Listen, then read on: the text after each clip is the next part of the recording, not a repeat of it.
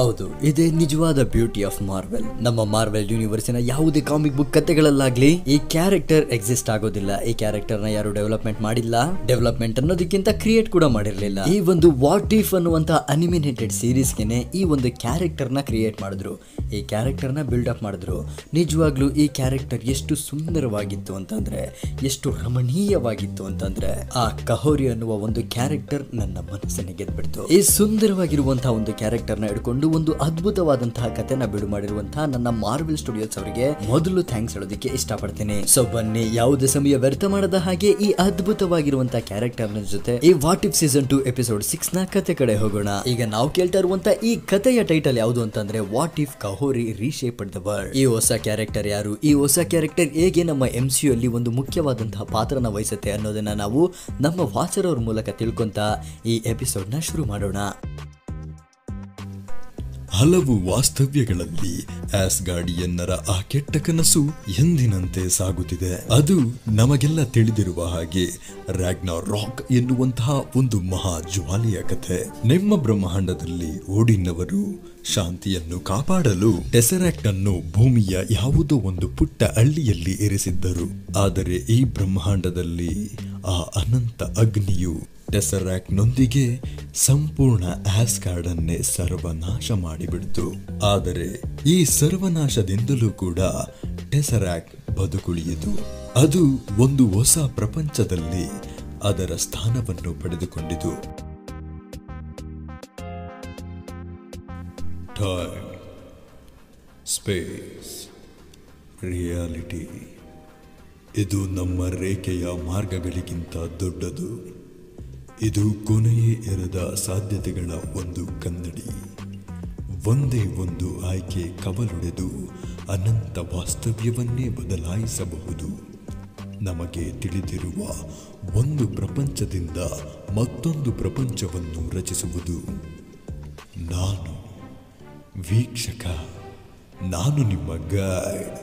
ಈ ವಿಶಾಲವಾದ ಹೊಸ ವಾಸ್ತವ್ಯಗಳ ಮೂಲಕ ನನ್ನನ್ನು ಅನುಸರಿಸಿ ಮತ್ತು ಪ್ರಶ್ನೆಯನ್ನು ಆಲೋಚಿಸಿ.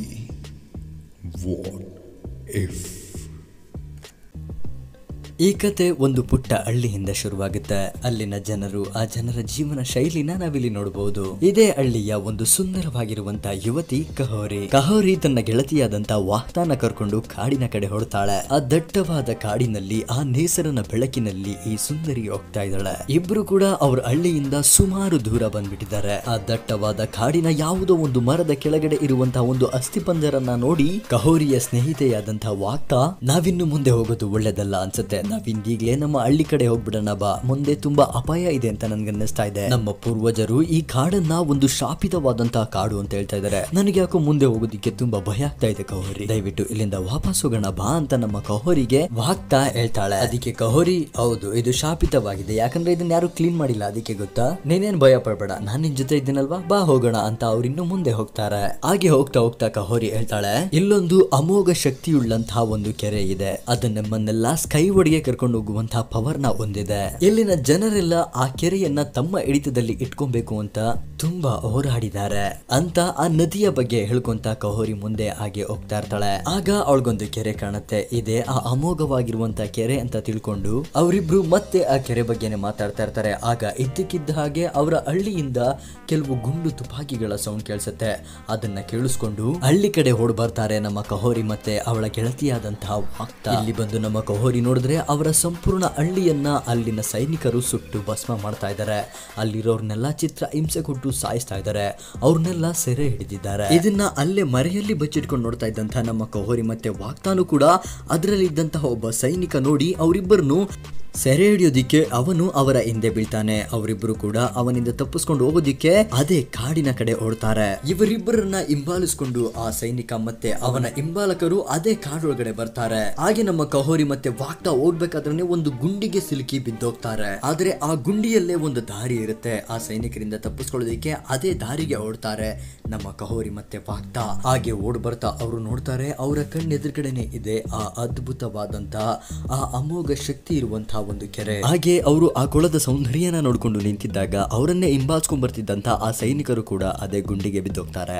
ಆಗ ಅವ್ರಿಗೂ ಕೂಡ ಆ ಅದ್ಭುತವಾದಂತಹ ನದಿ ಕಾಣುತ್ತೆ. ಅದನ್ನ ನೋಡಿದಂತಹ ಆ ವ್ಯಕ್ತಿ ಅವರ ತಂಡದವ್ರನ್ನೆಲ್ಲ ಕರೀತಾನೆ. ಅಷ್ಟೊತ್ತಿಗಾಗ್ಲೇ ಇಲ್ಲಿ ವಾಕ್ತಾ ಸ್ವಲ್ಪ ಸದ್ದು ಮಾಡಿದಾಗ ವಾಕ್ತಾನ ಹೊಡೆಯೋದಿಕ್ಕೆ ಹೋಗ್ತಾನೆ ಆ ವ್ಯಕ್ತಿ. ಆಗ ಕಹೋರಿ ಅವನಿಗೆ ಕಲ್ತನ್ನು ಹೊಡೆದು ಅವನ ಗಮನನ ಅವಳ ಕಡೆ ಸೆಳಿತಾಳೆ. ಆಗ ಅದೇ ತಂಡದ ಒಬ್ಬ ವ್ಯಕ್ತಿ ಬಂದು ನಮ್ಮ ಕಹೋರಿಗೆ ಇಲ್ಲಿ ಶೂಟ್ ಮಾಡ್ತಾನೆ. ಕಹೋರಿ ಆ ಗುಂಡೇಟಿನಿಂದ ಅದೇ ಅಮೋಘವಾಗಿರುವಂತಹ ನದಿ ಒಳಗಡೆ ಬೀಳ್ತಾಳೆ. ಕತ್ತಲಲ್ಲೂ ನೀಲಿ ಬಣ್ಣದಲ್ಲಿ ಕಂಗೊಳಿಸುತ್ತಿರುವಂತಹ ಆ ಕೊಳಕ್ಕೆ ಬಿದ್ದಂತಹ ನಮ್ಮ ಕಹೋರಿನ ತನ್ನತ್ರ ಸೆಳ್ಕೊತಾ ಇದೆ.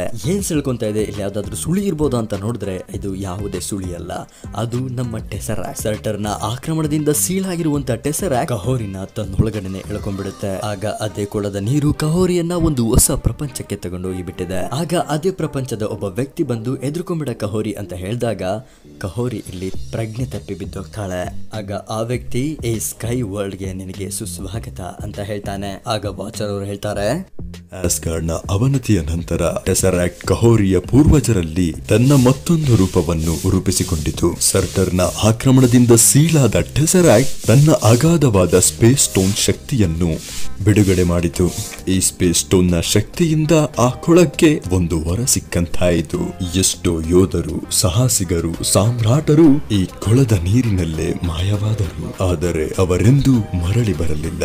ಆ ಕೊಳದ ಶಕ್ತಿಯನ್ನು ಪಡೆಯಬೇಕೆನ್ನುವ ಹಂಬಲದಲ್ಲಿ ಸುತ್ತಮುತ್ತಲಿನ ರಾಜ್ಯಗಳೆಲ್ಲ ದೊಡ್ಡ ದೊಡ್ಡ ಸಂಗ್ರಾಮಗಳನ್ನೇ ಸೃಷ್ಟಿಸಿದರು. ಕೊನೆಗೂ ಶಾಂತಿ ಸಿಕ್ಕಿತು. ಅಂದಿನಿಂದ ಇಲ್ಲಿಯವರೆಗೂ ಅದರ ಮೋಹಕ್ಕೆ ಯಾರು ಬಲಿಯಾಗಬಾರದೆಂದು ಅಲ್ಲಿನ ಜನರು ಅದನ್ನು ಒಂದು ಶಾಪಗ್ರಸ್ತ ಕೊಳವೆಂದು ಪರಿಗಣಿಸಿದರು. ಆಗ ನಮ್ಮ ಕಹೋರಿಗೆ ಇಲ್ಲಿ ಪ್ರಜ್ಞೆ ಬರುತ್ತೆ. ಆಗ ಅವಳೊಂದು ಗುಡಿಸ್ಲಲ್ಲೇ ಇರ್ತಾಳೆ. ಆ ಗುಡಿಸ್ಲಿಂದ ಎದ್ದು ಆಚೆಗಡೆ ಬಂದು ನೋಡಿದ್ರೆ ಅವಳು ಎಷ್ಟು ಶಾಕ್ ಆಗ್ತಾಳೆ ಅಂತ ಅಂದ್ರೆ ಅಲ್ಲಿನ ಜನರ ಜೀವನ ಶೈಲಿಯ ವೈವಿಧ್ಯತೆಯನ್ನ ನೋಡಿ ಅವಳು ಕಳೆದೋಗ್ತಾಳೆ. ಅವರೆಲ್ಲರ ಹತ್ರನೂ ಕೂಡ ಆ ಸ್ಪೇಸ್ ಸ್ಟೋನ್ ನ ಪವರ್ ಇದೆ. ಆಗ ಕಹೋರಿಗೆ ತಕ್ಷಣ ಅವರ ಸ್ನೇಹಿತೆಯಾದಂತಹ ವಾಕ್ತಾ ಮತ್ತೆ ಅವರ ಆ ಹಳ್ಳಿಯ ಪರಿಸ್ಥಿತಿ ನೆನಪಾಗಿ ನಾನಿಲ್ಲಿಂದ ಹೇಗಾದ್ರೂ ಮಾಡಿ ಹೋಗ್ಲೇಬೇಕು ಅಂತ ತುಂಬಾ ಪ್ರಯತ್ನ ಪಡ್ತಾ ಇರ್ತಾಳೆ. ಆಗ ಆ ಅಕ್ತಾರಸ್ ಒಬ್ಬ ವ್ಯಕ್ತಿ ನಮ್ಮ ಕಹೋರಿಗೆ ಅವರ ಇಡೀ ಸಂಪೂರ್ಣ ಹಳ್ಳಿನ ತೋರಿಸ್ತಾನೆ. ಆದ್ರೆ ಕಹೋರಿ ಆ ಸ್ಕೈಯಲ್ಲಿದ್ದಂತಹ ಒಂದು ಪೋರ್ಟಲ್ ಕಡೆ ಹೋಗ್ತಾಳೆ. ಅಲ್ಲಿಂದ ನಾನು ನನ್ನ ಹಳ್ಳಿಗೆ ರಿಟರ್ನ್ ಹೋಗ್ಬೋದು ಅಂತ ತಿಳ್ಕೊಂಡು ಆ ಪೋರ್ಟಲ್ ಇಂದ ಆಚೆ ಕಡೆ ಹೋಗೋದಿಕ್ಕೆ ತುಂಬಾ ಪ್ರಯತ್ನ ಪಡ್ತಾ ಇರ್ತಾಳೆ. ಅವಳು ಎಷ್ಟೇ ಪ್ರಯತ್ನ ಪಟ್ಟರು ಆ ಪೋರ್ಟಲ್ ಇಂದ ಆಚೆ ಹೋಗೋದಿಕ್ಕೆ ಆಗ್ತಾ ಇರಲ್ಲ. ಅದಕ್ಕೆ ಅಕ್ತಾರಸ್ ಅವಳಿಗೆ ಹೆಲ್ಪ್ ಮಾಡೋದಕ್ಕೆ ಮುಂದಾಗ್ತಾನೆ. ಅವಳನ್ನ ಟ್ರೈನ್ ಅಪ್ ಮಾಡ್ತಾನೆ. ಅವಳ ಹತ್ರ ಇರುವಂತಹ ಆ ಅಮೋಘ ಶಕ್ತಿಯನ್ನ ಹೇಗೆ ಬಳಸ್ಕೊಳ್ಳೋದು ಅನ್ನೋದನ್ನ ತಿಳಿಸ್ತಾ ಇರ್ತಾನೆ ಅಕ್ತಾರಸ್ ನಮ್ಮ ಕಹೋರಿಗೆ. ಕಹೋರಿ ಕೂಡ ಅವನ ಜೊತೆ ಟ್ರೈನ್ ಅಪ್ ಆಗಿ ಆ ಹಳ್ಳಿಯಲ್ಲಿ ಒಬ್ಬಳು ಮಗಳಾಗಿ ಇರ್ತಾಳೆ. ಹೀಗೆ ಒಂದು ದಿನ ಅವರು ಟ್ರೈನಿಂಗ್ ಮಾಡ್ಬೇಕಾದ್ರೆ ಅವರೆಲ್ಲರೂ ಬೇಟೆಗೆ ಹೊರಡ್ತಾರೆ. ಆ ಬೇಟೆಯಲ್ಲಿ ನಮ್ಗೆ ನಮ್ಮ ಕಹೋರಿಯ ನಿಜವಾದ ಶಕ್ತಿ ಸಾಮರ್ಥ್ಯಗಳು ಗೊತ್ತಾಗ್ತವೆ. ಇಲ್ಲಿ ಅವರು ಒಂದು ಹಣ್ಣಿಗೋಸ್ಕರ ಬೇಟೆ ಆಡೋದಕ್ಕೆ ಹೋಗಿದ್ದಾರೆ. ಆಗ ಕಹೋರಿ ಹಣ್ಣನ್ನ ಬೇಟೆ ಆಡ್ಬೇಕಾ, ನಾವು ಹಣ್ಣನ್ನ ಸುಮ್ನೆ ಕಿತ್ಕೊಂಡ್ಬಂದು ತಿಂತೀವಿ ಅಂತ ಹೇಳ್ಬೇಕಾದ್ರೇನೆ ಆ ಹಣ್ಣು ಒಂದು ಪ್ರಾಣಿಯ ಸ್ಕೇಲ್ ಆಗಿರುತ್ತೆ. ಎಲ್ಲರೂ ಆ ಪ್ರಾಣಿಗಳಿಂದ 1, 2, 3, 4 ಕೆಲವರು 5, 10, 15ಗಳನ್ನ ಕಿತ್ಕೊಂಡ್ಬಂದ್ರೆ ಕಹೋರಿನ ನಾವೆಲ್ಲ ನೋಡ್ಬೋದು. ಈ ಬೇಟೆಯ ಈ ಸಂಭ್ರಮದಲ್ಲಿ ಆ ಇಡೀ ಹಳ್ಳಿ ಸಂಭ್ರಮಿಸ್ತಾ ಇರುತ್ತೆ.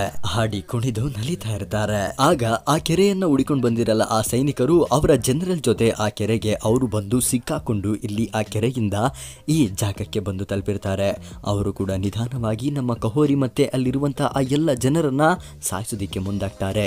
ಹೇಗೋ ನಮ್ಮ ಕಹೋರಿ ಅವರನ್ನೆಲ್ಲ ನೋಡಿ ಇವರೇ ನಮ್ಮ ಹಳ್ಳಿನ ನಾಶ ಮಾಡೋದಕ್ಕೆ ಬಂದಿದ್ದವರು ಅಂತ ತಿಳ್ಕೊಂಡು ಅವರ ಮೇಲೆ ಅಟ್ಯಾಕ್ ಮಾಡ್ತಾಳೆ. ಇಲ್ಲಿ ನಾವು ನಮ್ಮ ಕಹೋರಿಯ ನಿಜ ಸ್ವರೂಪನ ನೋಡಬಹುದು. ಸ್ಪೇಸ್ ಸ್ಟೋನ್ ನ ಅಗಾಧ ಶಕ್ತಿಯಿಂದ ಕಂಗೊಳಿಸುತ್ತಿರುವಂತಹ ಕಹೋರಿ ಆ ಎಲ್ಲಾ ಸೈನಿಕರನ್ನ ಒಡೆದು ಬಿಸಾಡಿ ಅಲ್ಲಿರುವಂತಹ ಎಲ್ಲಾ ಜನರಿಗೆ ಹೇಳ್ತಾಳೆ, ಇದೊಂದು ಮಾಯಾ ಲೋಕ, ನಾವಿಲ್ಲಿ ಇರಬೇಕಾಗಿಲ್ಲ, ನಾವು ನಮ್ಮ ಅಸಲಿ ಪ್ರಪಂಚಕ್ಕೆ ಹೋಗಿ ನಮ್ಮವರ ಜೊತೆ ಇರೋಣ, ನಮ್ಮವರನ್ನ ನಾವು ಕಾಪಾಡೋಣ, ಈ ಶಕ್ತಿಗಳನ್ನ ಇಲ್ಲೇ ಅಡಗಿಸಿರೋದು ಬೇಡ, ಇಂಥ ರಾಕ್ಷಸರಿಂದ ನನ್ನ ಹಳ್ಳಿಯನ್ನ ನಾನು ಕಾಪಾಡಲು ಆಗುವಂತಹ ಜನರನ್ನ ನಾನು ಕಾಪಾಡ್ತೀನಿ, ನೀವು ನನ್ನ ಜೊತೆ ಬನ್ನಿ ಅಂತ ಕರೀತಾ ಇರ್ತಾಳೆ ನಮ್ಮ ಕಹೋರಿ.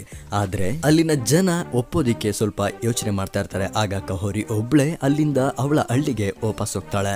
ಅಲ್ಲಿ ನೋಡಿದ್ರೆ ಆ ಹಳ್ಳಿಯ ಜನರನ್ನ ಆ ಸೈನಿಕರು ಬಂಧಿಸಿ ಅವರ ಅಡುಗೆಗಳಲ್ಲಿ ತುಂಬಿಕೊಂಡು ಕರ್ಕೊಂಡು ಹೋಗ್ತಾ ಇರ್ತಾರೆ. ಅಲ್ಲಿಗೆ ಬಂದಂತಹ ಕಹೋರಿ ಅವರನ್ನೆಲ್ಲ ಒಡೆದು ತನ್ನ ಜನರನ್ನ ಕಾಪಾಡೋದಿಕ್ಕೆ ಮುಂದಾಗ್ತಾಳೆ. ಆದ್ರೆ ಅವಳ ಕೈಲಿ ಆಗದೆ ಇದ್ದಾಗ ಆ ಸ್ಪೇಸ್ ವರ್ಲ್ಡ್ ಅಲ್ಲಿ ಇದ್ದಂತಹ ಎಲ್ಲಾ ಜನರು ಬಂದು ನಮ್ಮ ಕಹೋರಿಗೆ ಇಲ್ಲಿ ಹೆಲ್ಪ್ ಮಾಡ್ತಾರೆ. ಆ ಸ್ಪೇನ್ ನ ಯೋಧರ ವಿರುದ್ಧ ಹೋರಾಡಿ ಕೊನೆಗೂ ಅವರ ಹಳ್ಳಿಯ ಜನರನ್ನ ಅವಳು ಕಾಪಾಡ್ತಾಳೆ. ಈ ಹೋರಾಟದ ಹಿಂದೆ ಒಂದು ಬ್ಯಾಕ್ ಗ್ರೌಂಡ್ ಮ್ಯೂಸಿಕ್ ಬರುತ್ತೆ. ಆ ಮ್ಯೂಸಿಕ್ ಎಷ್ಟು ಎನ್ಚೆಂಟೆಡ್ ಆಗಿದೆ ಅಂತಂದ್ರೆ ವಾವ್. ಈ ಅದ್ಭುತವಾದಂತಹ ಒಂದು ಕದನನ ನೋಡ್ತಾ ಇದ್ದಂತ ನಮ್ಮ ವಾಚರ್ ಅವರು ಆಗ ಹೇಳ್ತಾರೆ, ಒಂದೇ ಒಂದು ಆಯ್ಕೆಯಿಂದ ಎಷ್ಟೋ ಮಹಾನ್ ಕಥೆಗಳು ಹುಟ್ಟಿಕೊಂಡವು. ಆದರೆ ಕಹೋರಿಯ ಈ ವಿಜಯವು ಅವಳು ಆಯ್ಕೆ ಮಾಡಿಕೊಂಡಂತಹ ಒಂದು ಸರಿಯಾದ ಮಾರ್ಗದಿಂದಲ್ಲ. ಅವಳು ತನ್ನ ಹಾದಿಗೆ ನಿಷ್ಠೆಯೆಂದಿದ್ದಳು ಮತ್ತು ಅವಳ ಆಯ್ಕೆ ಮತ್ತು ತೀರ್ಮಾನ ಒಂದೇ ಆಗಿದ್ದವು. ಇವಳ ಮುಖದಲ್ಲಿ ವಿನಾಶ ಮತ್ತು ವಿಪರ್ಯಾಸದ ವಿಭಿನ್ನ ವರ್ಣನೆಗಳು ಅಚಲವಾಗಿ ಸ್ಥಿರವಾಗಿದ್ದವು. ಎಂಥ ಸಂಕಲ್ಪವು ಹೆಚ್ಚಾಗಿ ಪ್ರಕಾಶಮಾನವಾಗಿ ಉರಿಯುತ್ತದೆ.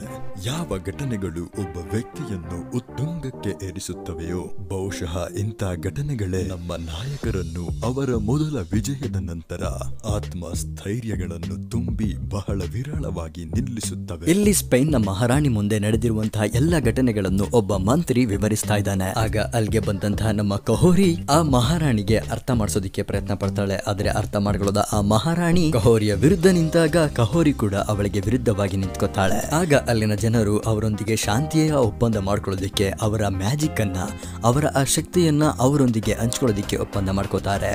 ಆಗ ವಾಚರ್ ಅವರು ಹೇಳ್ತಾರೆ, ಆದರೆ ಈ ಘಟನೆ ಒಂದು ಅದ್ಭುತವಾದಂತಹ ದೊಡ್ಡ ಯುದ್ಧಕ್ಕೆ ಕಾರಣವಾಗಿದೆ.